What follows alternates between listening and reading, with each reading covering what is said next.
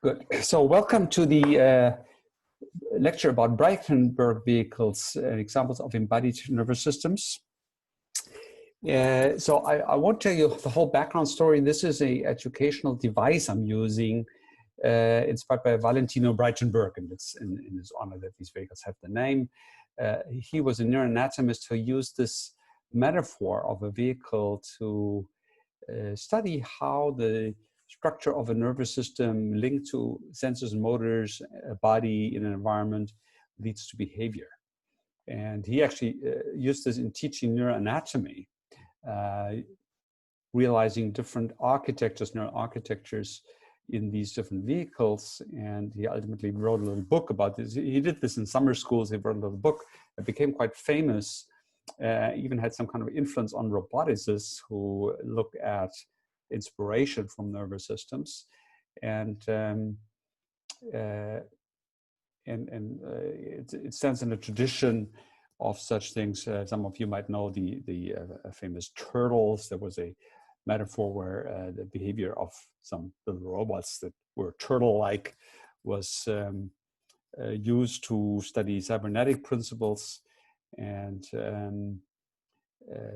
there's a tradition in robotics called behavior-based robotics, in which people essentially try to build simple robots based on reflexes, loops of reflexes, and so on. So there's a long history, and I'm actually using this primarily to introduce the notion of behavioral dynamics, and then I will point to neurodynamics in contrast to that. And you will see over the course over the semester that the notion of neurodynamics and behavioral dynamics, how they're coupled and how they reflect two kinds of closed loops. So we use this for a very specific purpose.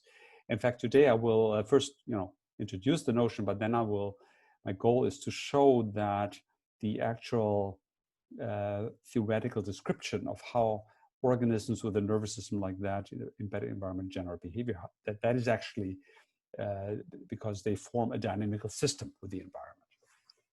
So the notion is that the vehicles are metaphorically organisms that move their body through the environment, and with their body, attached to their body are their sensors. The motor systems move the body and attached are the sensors. And so as the motor systems moves the body, the sensors move in the environment. That's what a vehicle is like, as contrasted, let's say, to a case where you would have an outside sensory information or world model of the scene, and you're just acting in that scene, but the sensory information is not obtained from the moving agent. For instance, if you have a robotic arm, then you might have a camera that's not attached to the arm, and you can see the scene. And based on that representation that is invariant under your action, you would be planning. That's another metaphor that's used, that we'll actually use later in the course, more advanced metaphor. So that's where the notion of vehicle comes from. If you're surprised why organisms are viewed as vehicles, it's that notion that they move with their sensors, or their sensors move with their body, and we will be seeing that gives rise to the notion of acting in closed loop. So in this simplest picture, these vehicles consist of 5 things. They have sensors, these little symbols here, motors, these little squares here. It's sort of to be wheels, like the square is to be basically the body of the vehicle. See, it has only wheels on the back. We're not dealing with the details of the body, and the robots that implement such things typically have the wheels in the center of the body, and there's a little passive wheel in the back and the front. And of course, cars are much more complicated, real cars, which have 4 wheels and some kind of complicated steering system. So here the wheels are active. That is, they can be controlled independently, and you can turn by just turning the 2 motors at different speeds. So the rectangle is the body, and then the nervous system is the connection between the sensor and the motor system. I'll get to that. And very important, these simple organisms or vehicles create behavior if they're embedded in an environment that is appropriately structured. So here the environment we'll think of as structured by some physical source that creates the intensity to which these sensory systems are sensitive. So it could be light, could be sound, could be a chemical concentration, could be temperature, and so on. And of course, the environment has to have the right structure so that the system is sensitive to that structure, like the correct spatial and temporal scale. So I first take you through those elements. This is something that the cognitive science students saw yesterday, to characterize these as neural systems, and then I'll map that onto dynamics. So sensors are in this picture transducers that take something physical, an intensity, could be the sound level, luminance, some chemical concentration, or something like that. And it transduces it into something internal to that nervous system, that simplest neural network. So here we'll be using the notion of activation. It will be a real number. In the examples, it will actually always be a positive number. It doesn't really matter. And you can think of that number as arising from neurons that fire in the central nervous system. Many of you will know that neurons generate spikes and they fire, and the frequency of that, their firing determines how strongly they affect downstream neurons that they synapse onto. In the sensory periphery of some nervous systems, including the human nervous system, there are actually so-called gap junctions, that is, neurons that can influence downstream neurons even without firing, just by their membrane potential. So one can actually also think of this activation as a membrane potential, a graded variable. But the membrane potential is a negative voltage, and here we use a positive number. So higher means more influence on downstream structures, as we'll see in a moment. But this is just an abstraction, of course, of the real neural processes. But very typical is the characterization of sensory neurons, transducers like that, by monotonic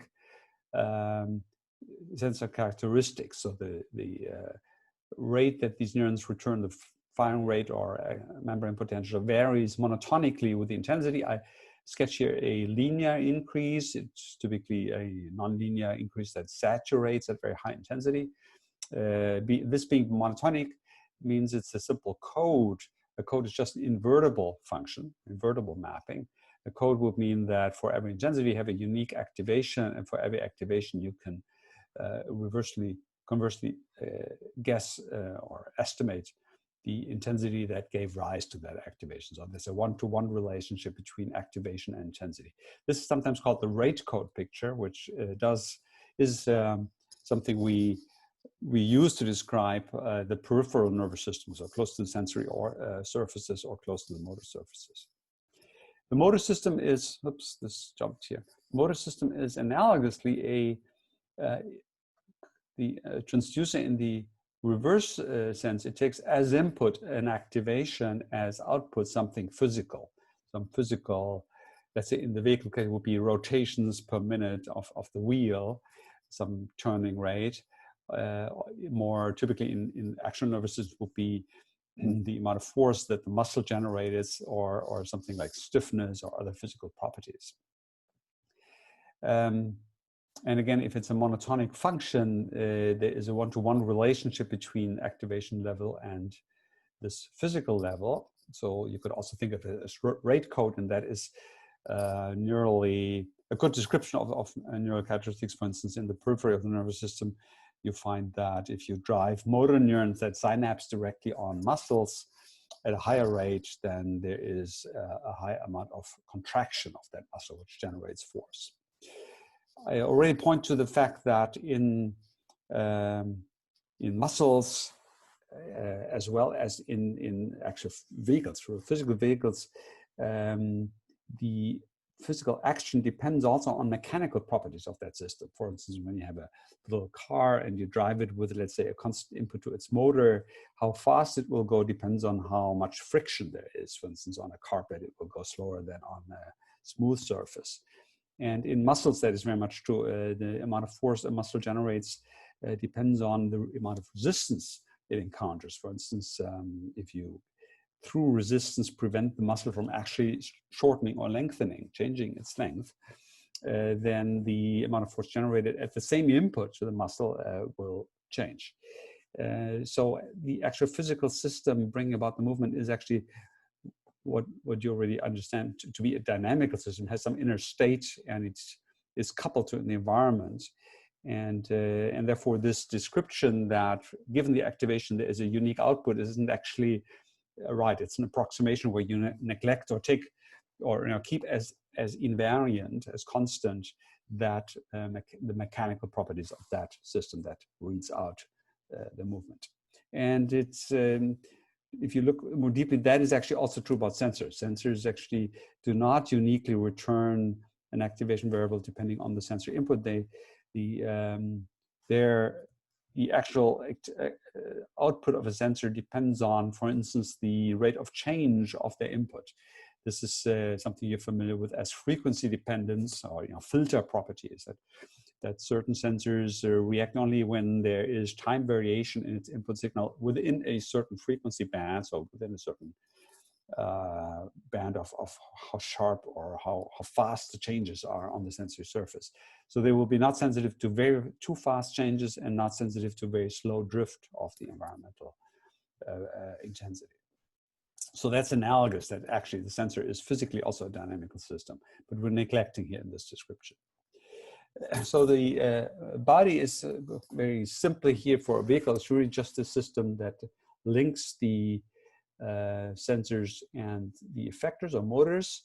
So here, the motors are mounted on the body. So if the motors turn and the vehicle moves, then the sensors that are attached to the body move forward. And of course, this is a very simple case where there's nothing much happening here. You can imagine that if you have muscles acting on an arm, for instance, it's much more complex. And of course, in the actual organism, locomotion is not actually based on wheels, it's based on legged locomotion, and that is a very complex system. So the way a descending motor command to move the body in a certain way is then realized by activation patterns of the muscles is a big problem. And there's actually still to this day a lot of work on how locomotion is brought about. And you might know that robotic locomotion isn't very good, legged locomotion. And so there's a lot of interesting stuff then. It's all sort of swept under the rug here. And that's why this is a useful metaphor to just reduce the complexity of the problem to the absolute minimum. Now, the nervous system is here very simple. There is actually no explicit neuron in this nervous system. It's simply that the output of the sensors provide input to the motors. Neurally, that would amount to having a motor neuron, that is the output of the sensor would drive a motor neuron. That a motor neuron is a neuron that synapses on the muscle. And so because we don't really take muscles seriously, we don't explicitly introduce the motor neuron, we just feed the output of the sensor directly to the motor. So as a nervous system, this has a particular structure. It's a forward nervous system, feed forward in the sense there's a unique direction where you can take the output as a function of the input. So here the output would be whatever the motor receives, and it's a unique function of whatever intensity comes into the system. This would be a very simple nervous system in the sense it has a symmetry axis, so it's has only ipsilateral connections, same side, sensor to the same side motor, no, only two sensors and two motors. The most general forward network would also send connections from this sensor to that motor and vice versa. And then, of course, you could have recurrent nervous systems where the outcome of this would be fed onto itself in some way. And then you need to introduce explicit neurons, and we'll get to that later. Okay, so that's these four components that just make up the vehicle, and then the much overlooked fifth element that you need is to understand is the environment, right? This vehicle will do something interesting and meaningful only if the environment is structured appropriately, and that really means on what scale, spatial and temporal scale, do these values of the physical thing here that makes the intensity vary. So must assume that there is some kind of gradient in the environment. In the examples that we'll be studying, we'll assume it's driven by sources of that physical quantity, let's say light sources, and then intensity falls off as you go further from the source. And the fall off of that gradient is critical for generating the behavior. So in the story, that Braitenberg tells and that serves as interface to Braitenberg. In most cases, people make some form of mental simulation of the system. So they imagine what the sequence of events that would happen when you're when that system is immersed in that environment. And I'll be doing this now for this lecture always in terms of one particular vehicle that Braitenberg calls the Texas vehicle. It's his vehicle 2A or 2B, I don't remember which letter it is. Out of like 30, 40 vehicles that he discusses, it's only these very simple vehicles that really work. And over the course, you will see what is missing. We'll not be discussing the very high level of vehicles, which are purely speculatively explored by Braitenberg. But we will ultimately get to what he intended. That is, we'll get to simple nervous systems achieving more and more complex functions, so including functions that look like real mental operations, like generating sequences. One of the vehicles that Braitenberg describes generates sequences, and we'll do that. We'll look at how sequences are generated in neural networks. It turns out that it's not enough to do this mental simulation. You need some precise concepts, and that's what I'm trying to work out now, actually. We'll go through the Braitenberg style hand-waving argument, and then we'll try to make it rigorous. So the Texas vehicle is characterized by two things. It's characterized by having this ipsilateral connection and by the sensor and motor characteristics being as shown here. That is, the sensor characteristic has this negative slope. It's an inverse monotonic function, so that at high intensity you get low activation, and at low intensity you get high activation. While the motor is a straightforward transducer, so if there's a lot of input into the motor, it will turn a lot. It will have a high turning rate. So if that's the case, then under very mild assumptions about the environment, you can see that some form of orientation behavior results. So I'm claiming that this vehicle will tend to turn toward the source, so that it faces the source. So this arrow here indicates the turning of that vehicle.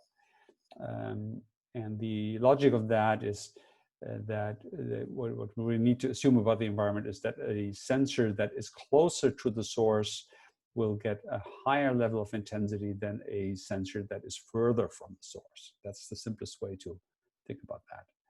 So if that's the case, then this sensor that's closer to the source, at a higher intensity returns a lower level of activation, which is entered into its motor system. Lower level of activation leads to a lower turning rate of the wheel. So this leftmost wheel will turn less than the rightmost wheel.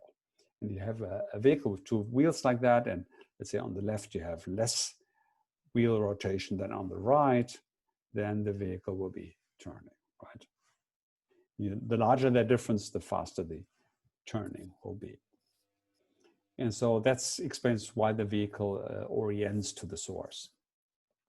So if you have a intensity at which activation actually goes to zero, like this as zero crossing, then you might be, as you approach the source, and again, I'm assuming the intensity falls off with distance from the source. So as you approach the source, intensity goes up.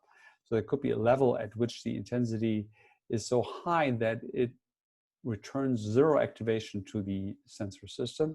Zero activation, I'm assuming here, leads to zero wheel motion. So at that point, the vehicle stops. One side stops maybe first, and the second one stops as soon as the sensor gets the same input. So this vehicle would actually stop at some point. If the intensity of the source is high enough to reach that high level, it would stop. So it would orient and then stop. And that's why it's called Texas behavior, is tending to become slow or even stop as it faces the source, orienting to the source. It could be like acquiring the source and feeding off the source or whatever. This is a very general behavior, orienting to perceived objects.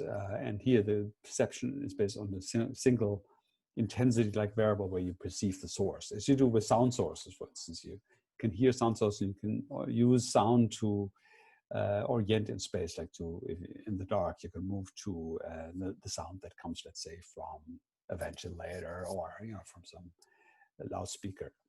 So it's less obvious with vision whether you actually find light sources, because light is reflected everywhere. So there are a lot of secondary sources when you have a complex pattern of surfaces and light sources. So that's the story, right? This is how the behavior emerges from essentially from how these 5 things are aligned. And you see, all the 5 things matter. It matters that you have these motors. If it wasn't in this direction with the characteristic has some other slope, it would work differently. It requires the sensor characteristic. If it is differently, it might accelerate as it runs into the source, or it might actually turn away from the source if you orient it in the opposite way. It depends on the topology of the nervous system. So if you were to send the activation to the other side, the contralateral side, then the nervous system would generate different behavior. For instance, again, with this characteristic, it would actually do avoidance behavior.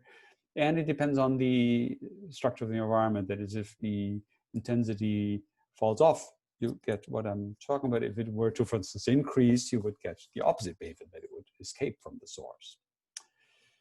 Okay, so it's emergent in that sense, depending on all these factors, right? That's really what emergence means in this context. Now, I have a question about the necessity of the nervous system here. Yes. In this particular system. Yeah. Because if I understood it correctly, the sensor is taking the physical variable and then changing it into an inner state variable. Yes. And then you link it via the nervous system, and the motor system again changes the inner state variable to the physical variable. Right. So since there's no real integration of information that's coming from 2 sensors in this particular system, yes, wouldn't it be possible to just have a sensor that's not changing the physical variable to the inner state variable, but that still just uses physical variable and send this signal to the motor? That is actually true, yes. And so this is so a nervous system that is so simple that it could be replaced by mechanical coupling. And in fact, that is true. You find this kind of taxis behavior in plants who don't have a nervous system. And in plants, it works actually exactly that way. For instance, you may know that like a sunflower, for instance, turns its head to be oriented to the sun. And it's based on a very simple mechanism where the effect of the sun directly on some of the fibers and the mechanical fibers in the stem bring about that change. And there are similar things for single cell organisms that orient to concentration gradients, for instance. And it's again based on some kind of direct physical coupling. So it's metaphorical to say this is a nervous system. Now, Braitenberg proceeded to then, he used the simplest case because it's a very common structure in the nervous system that you have ipsilateral projections or contralateral projections. He wanted to make the contrast, show that these different kind of couplings lead to different behaviors. And then he proceeded to have much more complex nervous systems, and will have much more complex ones.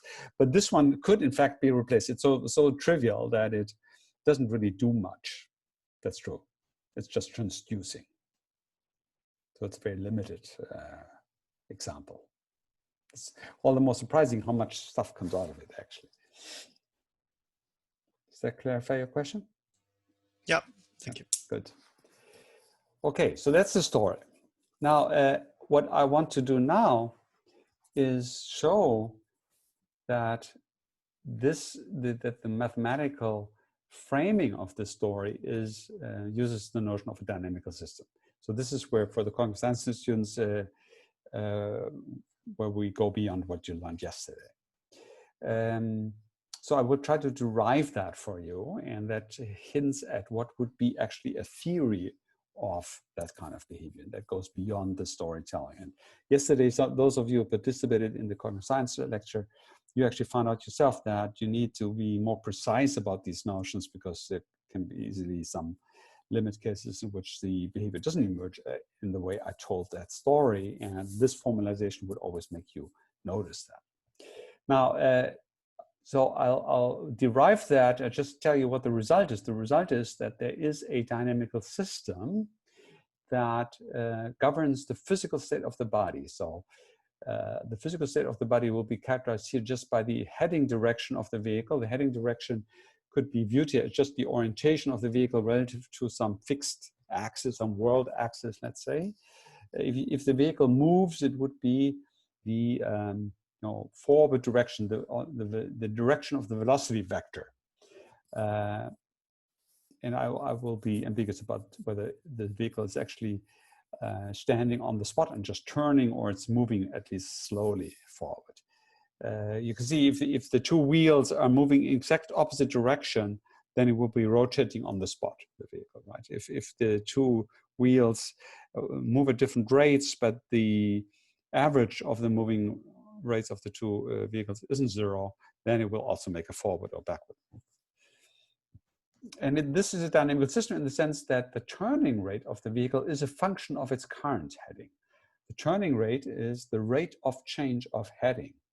I remember the dynamical system is always you have some variable x, and it's a dynamical system if the rate of change of x, which we call x dot, is a function of x. And a function rate just means, again, a unique value of the rate of change for any value of x.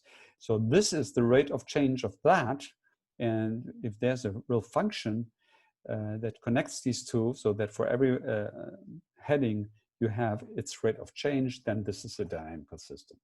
And this dynamical system will explain the orientation behavior by saying it has a attractor state. This is something I haven't formally defined in the tutorial. I'll do this afternoon, which really means that if you start at some heading that is here to the right of this attractor solution, then you have a negative turning rate. So negative turning rate would mean you decrease heading, like this arrow hints, until you hit the zero crossing of the turning rate. The zero crossing of the turning rate is no turning, so you're going straight, right? You're keeping your heading. And if you're a little bit to the left of the zero crossing, you have a positive turning rate, so vehicle will be increasing its heading, so turning here toward the source. Toward the zero crossing. So from any initial heading, the system is attracted in heading to the heading at which this zero crossing occurs.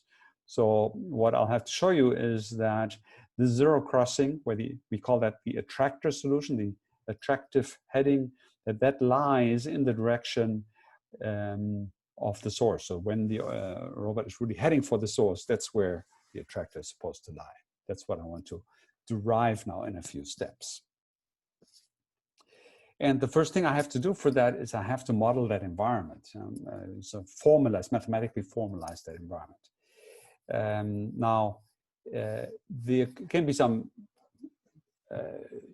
detail of that which I'm sort of glossing over, and we did a little bit of that yesterday in the exercise session, how the environment comes to look like that. But if you're as a vehicle at a certain distance from that sensor, I'm postulating that as you're looking to the source from different angles, the intensity that you will sense will fall off with heading. That's my model of the environment. For instance, that makes sense if we assume that the sensors are closest to the source when the vehicle is heading right to the source, and as you turn away from it, the distance to the source increases. But another reason for why that could be and we have this falling off of intensity with distance from the source. Another way of modeling the environment or this coming about could mix in sensor properties. For instance, you could have that the sensors only are sensitive to intensity that in a directional way that comes from the forward, like the shape of the sensor suggests that it only collects information from the front. For instance, that would be plausible for light, that it would only catch light that comes here from the forward direction, not from the backward direction. And then again, you can imagine that as you rotate, then how much intensity this captures goes down. If it looks sideways, it doesn't capture any of the radiation, let's say, from the original source. So there could be different physical realities behind that, but we're just here modeling that by writing down a plausible function. That function would be function that has its maximum at the heading direction directly toward the source. Now that's the environmental model we'll use. Now, if we think of this specific vehicle with the two sensors, and these two sensors are picking up that underlying intensity at two different locations. Depending on how wide the vehicle is and exactly where the sensors are mounted, you could think that they take the difference, or let's say they sense slightly different intensity that, and can plot that difference between the left and the right sensor. So, for instance, if one side of the vehicle is sensing here, and the other is sensing here, then the difference between left and right would be exactly 0. That's why I'm plotting this here as a 0 crossing. But if you're in the very steep section here, then the left sensor always senses more intensity than the right sensor, so you would get a large positive values. And if you're here on this slope, the left sensor always has less intensity than the right sensor, so you would get a negative number. You could think of these sensors actually computing something like the local gradient, the slope of this intensity heading curve. That's what this was done by hand, so this is an interpretation of what that would look like. And as it peters out, becomes flat again, then this goes back to 0. So this is combining a model of the sensor with a model of the environment. That's the first step, what comes in. Now, second step is to see how is that sensor information then transduced to the motor system by the sensor characteristic and the nervous system just feeding forward, and then by the motor characteristic. And so let's just look at one side in the first step. And on one side, I have to concatenate these two functions. That is, apply this second function to the output of the first function. Now, I've already hinted the concatenation is like mentally, if you think about what would happen is mentally taking the first mapping to take intensity to an activation variable, then insert that value you obtained from the first operation into the second one to return second value. So for instance, if I take a low value of intensity, get high activation gives high wheel motion. So at low intensity, I get high wheel motion. High intensity returns low activation returns low wheel motion. So at high intensity, I get low wheel motion. Right? That's how you would obtain this curve. If you think a bit more mathematically, you'll recognize that this is sort of like an identity function, a straight line with a positive slope. If the slope was 1, it would be exactly identity. This is a negative identity. If you multiply identity with negative, then you get negative, right? So -1 + 1 gives you -1. So it's very natural that the concatenation of these two functions makes a function that has negative intensity. So this is now a direct input-output relationship that characterizes this ensemble, that is intensity in, wheel motion out. So physical in, physical out. You see that the inner variable doesn't really play a role other than just to connect, transduce the physical thing. Transduces it from one unit to the other unit. Physical units. Okay, that's the characterization of the forward neural network. You have two such things, and so in the next steps, these two things we'll think about how they can be combined. And what we're interested in is how the output of these two systems is different, left minus right. That will determine the turning rate, depending on how different the input is. And it's, if you do it in formulas, it's very easy to see. For instance, if this is a mathematical formalization of this negative function, so the intensity left here is IL minus CIL would make this negative slope. The C is the slope of this. And then there's an offset, which I've marked here by what would be the level when intensity is 0. Where is this intersection? Same for the right wheel. And so when I take the difference between left and right, you see if I have the same offset, then that would cancel. And what you would get is simply the same, with a minus sign, the same difference for the intensity. So you get a negative function that comes from the negative characteristic, where the difference in turning rates corresponds to the difference in the inputs. Very trivial, right? And so now what we do is we just combine these three things. We combine the sensory motor model that was the output of of the environmental model. This motor model that we just derived, and now again we have to concatenate this with that, concatenate because we have heading direction here that returns a difference in sensory intensity that you insert into this and you get that out. So you can derive a function that connects directly this output to that input. And that's what you have here. So let's first think why the function emerges like this. So this is this kind of function with a zero crossing. This is a negative identity, right? If it had a positive slope, it would be just the identity. It doesn't change anything. It has negative, so it flips the original function. So when this is has a positive slope here, this will have a negative slope here. So here we have heading direction on the horizontal axis, and on the vertical axis we have as the output the difference in turning rate of the left minus the right wheel. And I just argued previously that if you have a vehicle like that and the two wheels turn at different rates, the difference in their turning rate is proportional to the turning rate of the vehicle. Right? If the difference is zero, it will go straight. If the larger that difference, the more rapidly it turns. And so it's not exactly the same units, but it's proportional to that. So you can replace the vertical axis by the turning rate. And now you see this is the output of that derivation. And now you can see that this is the dynamical system where we're talking about, because the turning rate is the derivative of heading direction, has this attractor solution I hinted at earlier. And so what you saw here is that a feed-forward nervous system, feed-forward network, that's just a function calling thing that doesn't have any state, so it has no dynamics. But with the loop through the environment, you get a dynamic system which has state, has a current heading that then determines what will happen next. That's present determines the future. We call this a behavioral dynamics because the state variable is about the physical thing that that is describing the behavior. It's the orientation in space of the vehicle, and that predicts the future orientation of the vehicle. So it's in that sense is describing or predicting the motor behavior of that vehicle, and the state variable is a physical motor state of the vehicle. That's the derivation of these dynamics. Any questions about that?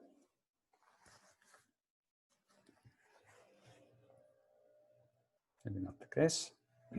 So I want to relate this to things you know. So one way of thinking about that is to say that this is like cybernetics or control theory that some of you, especially engineers, of course, will be very familiar with. And there is a long tradition of doing that. Unfortunately, I think you now hear the sound here of one of those ridiculous leaf blowers, which is a pest around here. Sorry about that, and I have no way of dampening that sound out. So in cybernetics, you frame a dynamical system like that in terms of something you call error. That is to say, the central nervous system reduces the deviation from some desired state to zero. So that would be the idea that you say, I really want to be here, I want to be oriented to the source. So any discrepancy between my current heading and heading toward the source is an error. And the sensors are measuring that error. And then the nervous system sends a control signal to its actuators to reduce the error. That would be an interpretation. It's not implausible if you think of the sensors. They are mounted on the vehicle. So the sensors would actually be directly sensitive in some way to the deviation from heading, from straightforward. Maybe not in the way we've argued here for the Braitenberg vehicle, but if you think of these as actual eyes, and they would have some optics in front, then you could imagine that this would fall onto the center of that eye, onto the fovea, if it was right straight ahead, and that it is now falling somewhat off the center of the eye, the retina. And so you would, on the retina, have a direct registration of that error. You would say, it should fall into the fovea, then I'm heading in the correct way. And such things actually happen in models of eye movement. So it's not an unplausible picture at the sensory end. And then to say that this variable I sent down is a control signal, well, it's true in the sense that you're sending down 0 turning rate when you're at the target, and then your deviation from 0 has the right sign to push you there. So you could say that is like an error correction signal. So it's not an unplausible picture, and this is a picture that has been used to describe behaviors, closed loop kind of behaviors, most famously in, for instance, the behavior of simple insects that often have behaviors like this. Flies, for instance, orient toward moving stimuli that's really for chasing. The males chase the females, or you know, other animals for hunting. And you can think of the control system that does that, detecting somehow your steering error, which would be the deviation of the moving speck of light from the center of your facet eye if you're a fly. And then you're using that to control your wings. And there's some detailed neurophysiology known about these kind of very simple circuits, and they are framed like that.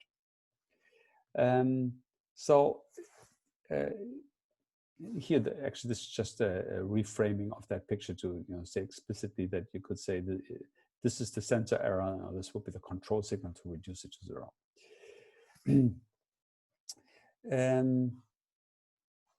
So that cybernetic reading captures the loop through the environment, and you may know that this would be called feedback control, and feedback means you're seeing the consequences of your action. New sensor information reflects the consequence of your action, and that guides your further action to zero in on the target.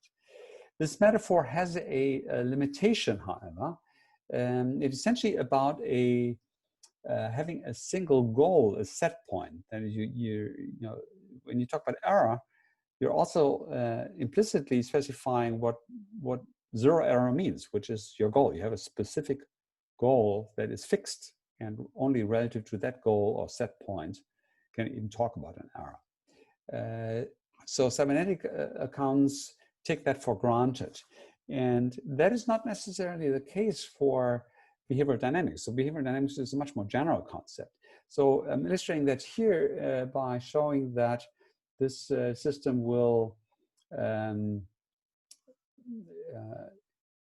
make different decisions in a more complex environment, or will make decisions in a complex environment. So for instance, here you have a source, two sources, one on the left and one on the right. The model of that would be a bimodal intensity distribution. That is, there are two local maxima when the vehicle is either oriented to one source or the other source, under appropriate conditions, appropriate distance, and appropriate angular distance between the sources and so on. And you could see that very plausibly, by the same kind of derivation, I would get then a resulting behavioral dynamics where the turning rate as a function of heading has two zero crossings that are attractors. So this would be one and that would be the other one.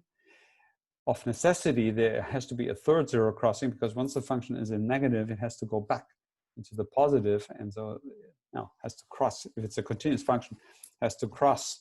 And so there will be another fixed point, another zero crossing, but that has a positive slope. There's a real difference between negative and positive slope in that the negative slope creates this attractor property. It's always the same mental operation that you say, if I'm on the right, I have a negative rate, so I'm going to decrease. If I'm on the left, positive rate, I'm increasing, so that's why it's attractive. But if you have a zero crossing with a positive slope, then the reverse is true. We call that a repeller, or an unstable fixed point. That is, if we're a little bit to the right, we have a positive rate, so we'll be further moving to the right, away from the fixed point. And symmetrically, if I'm on the left, I have a negative rate, I'm decreasing, so moving away further from this fixed point.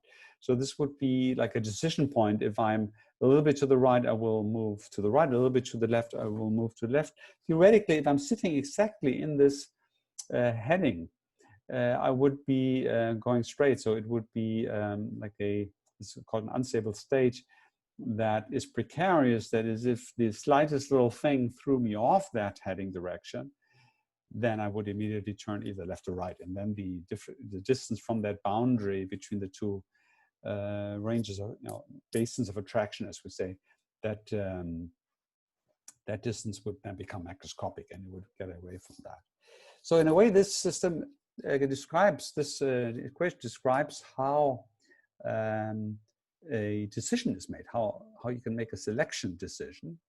And that is not something that you can easily frame in cybernetic terms, because in cybernetic terms you would have to say, well, either this is my set point and then the deviation from this state is the error, or that is my set point. But the selection of one of the two set points isn't part of the language.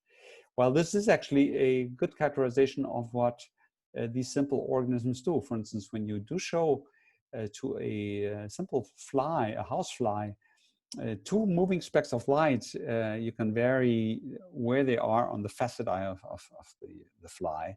You will actually find that they lock onto one of those and ignore the other one. They can maybe sometimes randomly switch between the two.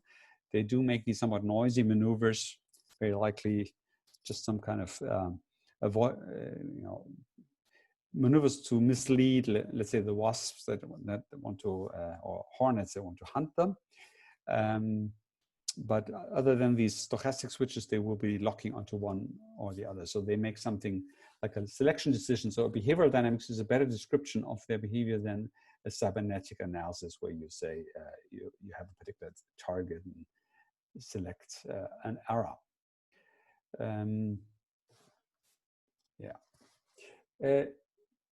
Interesting side point. This selection decision emerges from what we call technical instability. And this so in the tutorial after this, I will introduce that notion formally. And here you can see that in a simple mental operation, just move the two sources closer to each other. So here the distance, angular distance between the sources is narrow. Here it was wide. It's very plausible if the sources are made up by two monomodal peaks that are superposed of intensity. Then if you move those closer, they might fuse into a single monomodal peak. And then by the same logic that I used in my original derivation, you predict that there would be a single zero crossing at where this peak lies, which would be then an attractor. So that the system would actually be attracted to a heading direction that is averaged between the two locations. And that is something we'll see later actually happens in the nervous system. For instance, when you make saccadic eye movements and you have visual structure in the environment, then you, at some limit case, you're selecting targets. And if they move close enough so that you can foveate both of the, let's say, two possible targets, then you tend to make a so-called averaging saccade into the center of the two targets. The transition between this situation and that, if I vary mentally here this parameter where the sources are, it's like a whole family of dynamic systems, that is actually what is called the bifurcation instability. So one way to look at it is to look at the distance between the sources as a parameter and track where the attractor state is, and potentially a repeller state. And then you find that for small distances between the sources, there is this averaging solution. And then at some critical distance, that splits into the two attractors, and in the middle of which there is a repeller. This is sometimes called the pitchfork bifurcation. And this point here, that is actually an instability. It's an instability in the sense that a certain attractor, which is this one here, loses its stability. It persists as a repeller, which is an unstable fixed point. This is a special bifurcation. We'll be looking at that formally this afternoon. So it shows up here as the boundary between two regimes. One is a sort of a cybernetic regime where you just have a single set point, the average maximum, the averaged intensity in the environment, to a regime where you can make selection decisions. And this is something that we will see at the neural level much later in the course. Good. So this deviation from cybernetics is really important. You might think it's so technical, but it's actually important. It is a very limiting approximation to think of perceptual variables as error signals, and is a very limiting perception or conception of state variables as being control signals that correct errors to zero. So dynamical systems thinking or behavior dynamics is not just cybernetics or control theory. It goes really beyond that, and that will be important in the rest. I'm not sure that you're aware of that, but some of you might have heard of an approach that's currently quite fashionable, where people talk about prediction and prediction error as what you reduce, and that is actually due to has the same kind of weakness. That is a unique prediction implying a unique state, but you know, you could have the same sensor state but have different underlying goal states, and just taking this as a prediction error means that you take for granted that a selection was made. For those who know Carl Frisman. Okay, now in the rest of the course we will be moving well beyond this picture, and the way we'll be doing that is by introducing ways of making creating states and making decisions in a way that are not directly linked to the physics of the body. So here, when the system has these two sources, this is a overt decision in the sense the vehicle selects the leftmost source if its initial heading is here to the left of this repeller, and that will then manifest itself in the vehicle being oriented that way. So it actually caused the decision, because you're to the left means your heading, your physical state is a little bit to the left of that decision point, the boundary between the two bases of attraction, and then the decision manifests itself or is stored in that physical state variable. So it's decision making, but it's something that, you know, is over. It's sort of behavioral. But you could also think of a way of making the decision in a covert way, that is, in a way that is not manifested in the physical state of the vehicle. So for instance, you could have a more complex neural network. I'm hinting at a neural network that would have all possible connections between the two channels.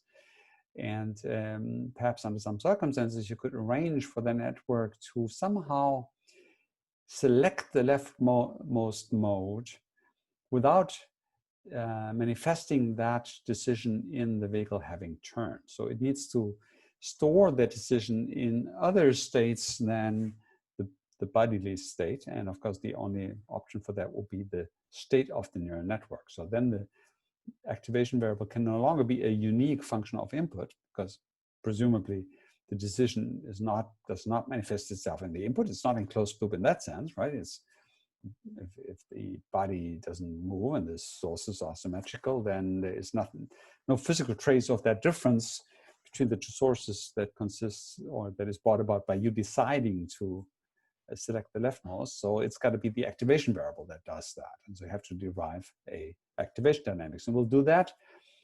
So a simplest conception could be to say you have some dynamics of activation. The dynamics of activation would mean that now your activation is actually forms a dynamical system. So this would be activation of one neuron, neuron number one. This would be activation of a different neuron number two. Neuron number one stands for the source one. It represents the source number one. Neuron number two represents the source number two. And they both have dynamics. So for instance, the rate of change of activation of neuron number one is this function, and that's the rate of change of the other neuron. It's the same function, but it has two zero crossings. It has two attractors, has 3 zero crossings.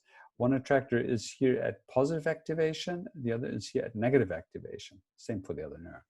So this would be a activation dynamics or neural dynamics, and we would postulate that there is some form of competitive coupling. We would call that inhibitory coupling, that makes that only one of those two activation variables can have positive values. So for instance, in this case, only the first has a positive value, and when that has a positive value, it inhibits the second one, so that one has a negative value. And we'll introduce that next week, and carefully, the concept of positive value, negative value, sigmoid, excitatory, inhibitory coupling, and so on. All of that make it possible. We're just hinting at how that could come about.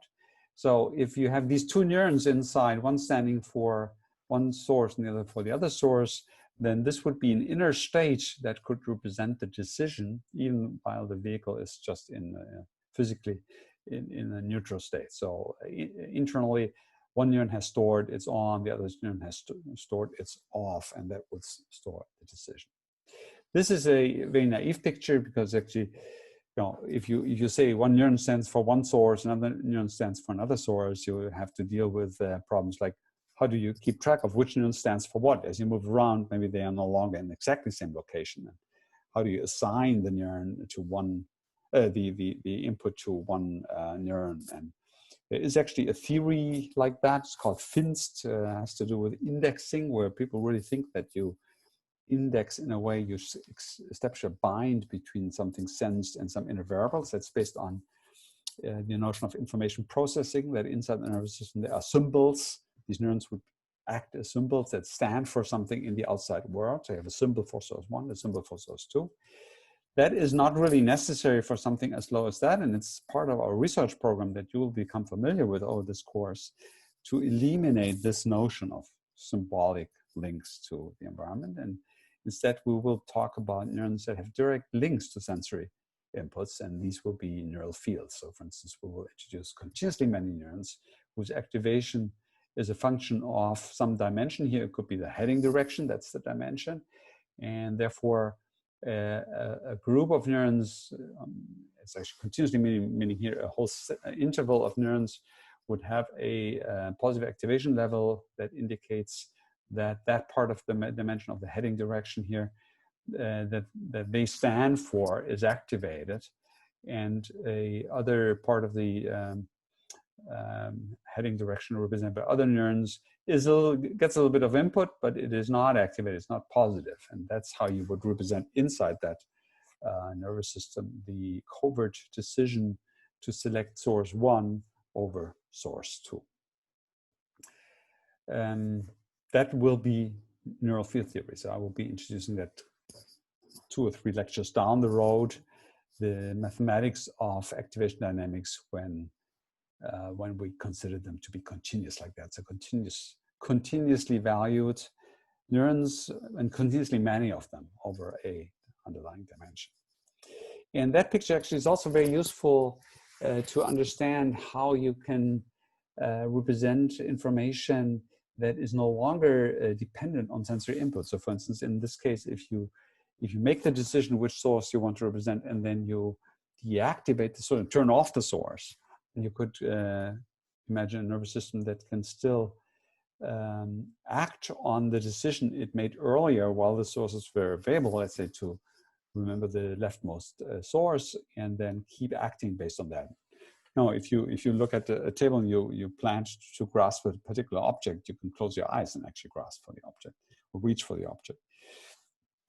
And famously, young infants were sometimes hypothesized to not be able to do that out of sight, out of mind. So the capacity to act on sensory information that is no longer directly available on the sensory surface was considered to be a cognitive achievement that you have to learn in development as your nervous system matures. And I will have a little module on that when I talk about the A not B effect. So in the second half of the course, this takes a little while to get there. And it is a general theme that keeping activation around that is no longer dependent on input is a more mature later state of neural, organismic neural networks than the input-driven case that you're maybe more familiar with. So that's the notion of neurodynamics. So we would be storing that decision by activation that is actually, I should have crossed out the source. So activation that can be sustained even in the absence of ongoing input. And that will be what we'll be discussing next.